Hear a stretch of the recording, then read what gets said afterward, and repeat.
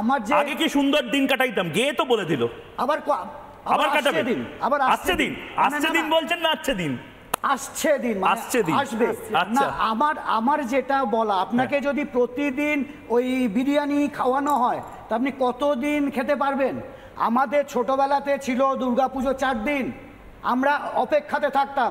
এখন দুর্গাপুজো হয়ে গেছে মাসের পর মাস চলে যাচ্ছে, যেদিন মহালয়া ওপেনিং হয়ে গেল। এটা কি হচ্ছে?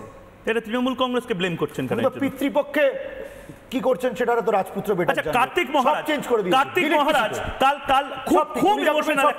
খুব ইমোশনাল একটা নিজের স্পিচ দিয়েছিলেন কার্তিক মহারাজ। আমি একদম পাশে দাঁড়িয়ে ক্যামেরা বন্দি করছিলাম, একটু অংশ শোনানোর প্রয়োজন আছে একেবারে প্রোগ্রাম শেষে একবার। ঘোরতর বিপদ, ঘোরতর দুর্দিনে কাতর প্রার্থনা জানাই আমরা সন্ন্যাসী মন্ডলী। বাড়িতে আলসেশিয়ান কুকুর পোষা থাকে, তারা লভ্যচস্য খায়, ফ্যানের তলে ঘুমায়। আর ওই রাস্তার মেরে কুত্তাগুলো আপনাদের ফেলে দেওয়া দুমুঠো অন্ন খেয়ে যখন চোর আসে, ডাকাত আসে, এই মেরে কুত্তাগুলো ঘেউ ঘেউ করে চিৎকার করে। আর অ্যালসেশিয়ান কুকুর বাড়ির মালিক মনে করে এই মেরে কুত্তাগুলো আমাদের ঘুমের ব্যাঘাত করছে। মেরে কুত্তাগুলো আমাদের এই গেরুয়া কাপড়, আপনাদের ফেলে দেওয়া অন্ন খেয়ে আমার জীবন ধারণ, আপনাদের প্রত্যেকের পয়সা দিয়ে আমার মঠ মন্দির। আজকে তাই আমরা সন্ন্যাসীরা পথে নেমেছি, না খেতে পাওয়া কুকুরের মতো ঘেউ ঘেউ ঘেউ করে চিৎকার করে বলি, ওরা হিন্দু, ওরা হিন্দু, তোমরা একটু জাগো, একটু জাগো, এই কাতর প্রার্থনা নিয়ে। দিব্যেন্দু দাস মহারাজ প্রত্যেককে একদম ছোট ছোট করে বলছি, এটার মধ্যে আমি কোনো বিদ্বেষ দেখলাম না, কোনো সম্প্রদায়ের প্রতি হিংসা ছড়ানোর কোনো ধরনের ইনস্টিগেশন দেখলাম না। বলছেন আমরা হিন্দু জাগরণটা প্রয়োজন। স্বামী বিবেকানন্দ এই একই কথা বলেছিলেন। তাহলে প্রবলেমটা কোথায় মমতা বন্দ্যোপাধ্যায়? কারেক্ট। আমার তো মনে হয় যে এটা ওনাকেই জিজ্ঞেস করা উচিত। কারণ দেখুন, আপনার মুসলিম মানে হচ্ছে যে আত্মসমর্পণকারী। আর মানে আজকে যেটা দেখলাম লুঙ্গি পরে নাচ, ওই বাঁশ টাঁশ নিয়ে, এটা কিন্তু অ্যাকচুয়াল মুসলিম নয়।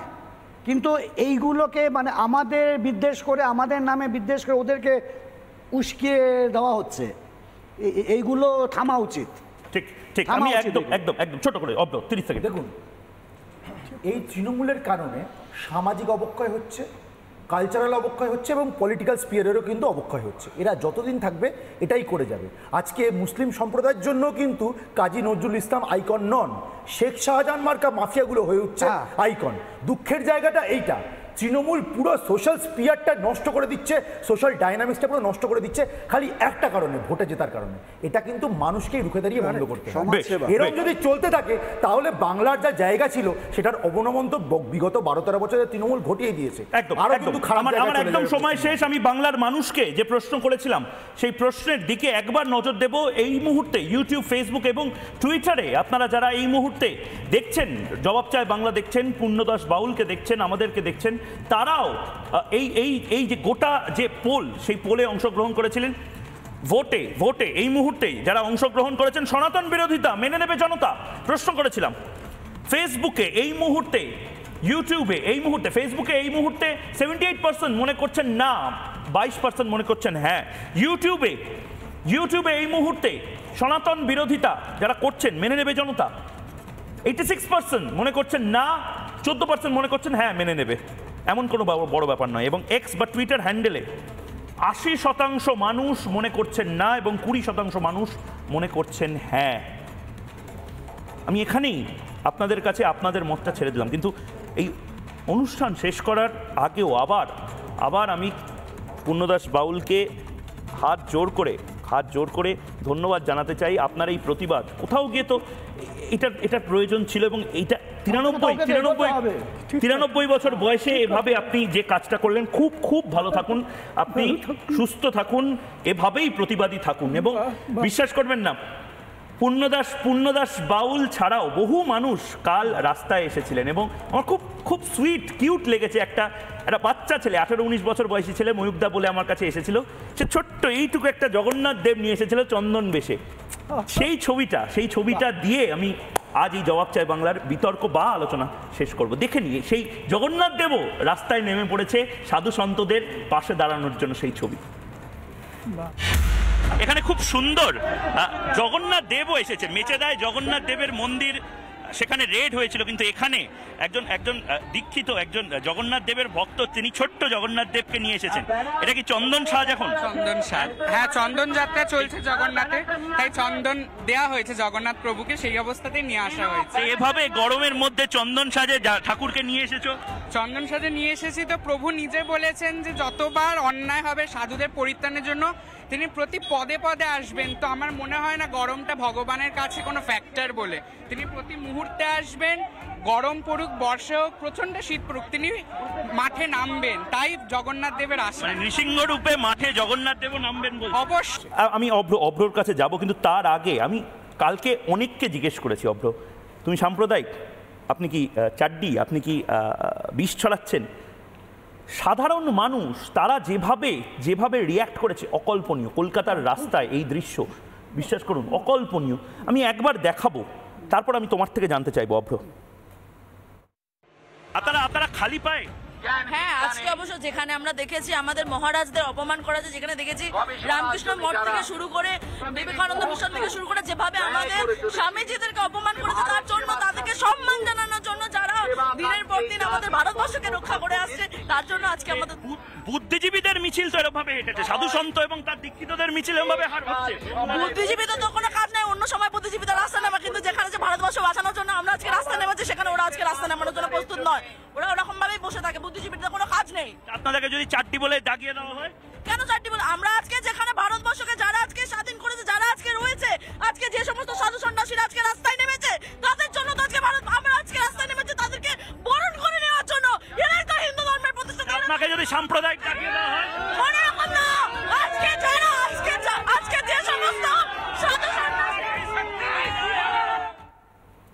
তৃণমূলের কোন নেতা নিশ্চয়ই এফআইআর করবে হুমায়ুন কবিরের বিরুদ্ধে। মমতা বন্দ্যোপাধ্যায়, আমাদের অভিভাবক, বাংলার জননী, তিনি নিশ্চয়ই বলবেন হুমায়ুন কবির যেটা বলেছে। আজকে বিধায়ক, আজকে মিনাখাতে গিয়ে একজন বিধায়ককে বলেছেন তার সাথে সমস্ত সম্পর্ক ছিন্ন করছি। সে বিধায়ক কিন্তু বলেনি যে হিন্দুদেরকে 10 মিনিটের মধ্যে ভাগীরথীতে ছুঁড়ে ফেলবো। কি কারণে বলেছেন ভগবান জানে, কিন্তু হুমায়ুন কবিরের সাথে কোনো সম্পর্ক ছেদের কথা তৃণমূল কংগ্রেস বা মমতা বন্দ্যোপাধ্যায় বলেননি। অর্থাৎ মমতা বন্দ্যোপাধ্যায় এটাকে এন্ডোর্স করছেন। এই জায়গা থেকে আসলে সমস্যা শুরু। এতক্ষণ অবধি আপনি ইমাম ভাতা দিচ্ছেন, আপনি দুধেল গাই বলছেন, আপনি বলছেন সংখ্যালঘুদের সমস্ত বেতন, চাকরি বাকরি সব কিছু দেবেন, ঠিক আছে, দিতে পারেন, দিন, হয়তো সত্যিই প্রয়োজন।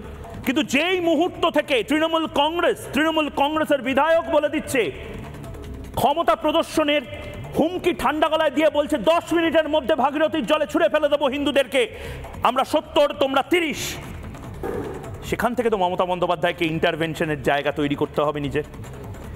মমতা বন্দ্যোপাধ্যায় এটার ক্ষমা তো চাইলেই না, হুমায়ুন কবিরকে ক্ষমা চাইতে বাধ্য তো করলেনই না। মমতা বন্দ্যোপাধ্যায় যে কাজটা করলেন তাতে আরো ক্লিয়ার হয়ে গেল যে মমতা বন্দ্যোপাধ্যায় বা তৃণমূল কংগ্রেস নতুন তৃণমূলের যে স্ট্যান্ড পয়েন্ট নিয়েছে তা হলো হিন্দু বিদ্বেষ। হিন্দু বিদ্বেষ, মুসলিম তোষণ নয়, হিন্দু বিদ্বেষ। আবারও বলছি, ভারত সেবাশ্রম সংঘ বিদ্বেষ, বাউলদের বিদ্বেষ, রামকৃষ্ণ মিশন, ইসকন, প্রত্যেকের প্রতি বিদ্বেষ। বার্তা দেওয়া হচ্ছে। মমতা বন্দ্যোপাধ্যায় সেই ঐতিহাসিক বা সেই ভয়ানক যে প্রতিক্রিয়া দিয়েছিলেন, শুনে নি একবার।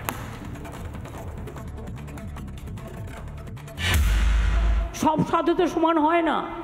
এই যে বহরমপুরের একজন মহারাজ আছেন, আমি শুনেছি অনেক দিন ধরে, কার্তিক মহারাজ, ভারত সেবা সংঘকে আমি খুব শ্রদ্ধা করতাম, কিন্তু যে লোকটা বলে আমি তৃণমূল কংগ্রেসকে এজেন্ট বসতে দেবো না, সে লোকটাকে আমি সাধু বলে মনে করি না। তার কারণ তিনি ডাইরেক্ট পলিটিক্স করে দেশটা সর্বনাশ করছেন। দিল্লি থেকে নির্দেশ আসে, বলে বিজেপিকে ভোট দেওয়ার জন্য বলো। কেন করবে সাধু সন্তরা এই কাজ?